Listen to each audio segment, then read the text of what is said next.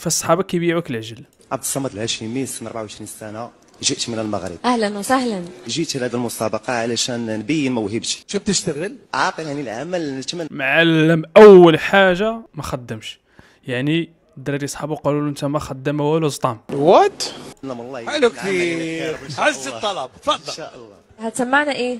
سيلافي الشاب خالد. واو يلا.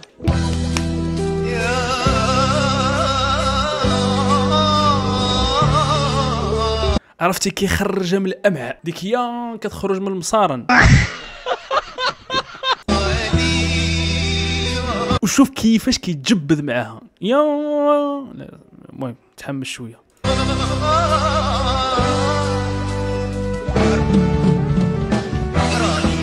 علالية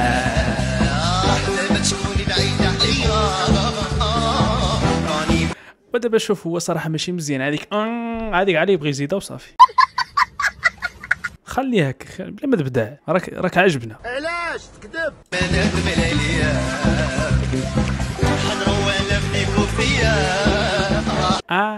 هذيك اللي هضرنا عليها. لا لا ماشي هكا.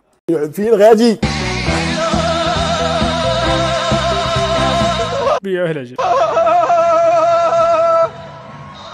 عذاب بالكهرباء. صحابو بيعوا العجل. عرفتي كيفاش بيعوا العجل؟ مشى للبرنامج وقالوا له ركز على ديك هي اللي خرجتها له. الا دس. برافو لك، كمل الله يسر لك، احنا معك تجيبها في راسك.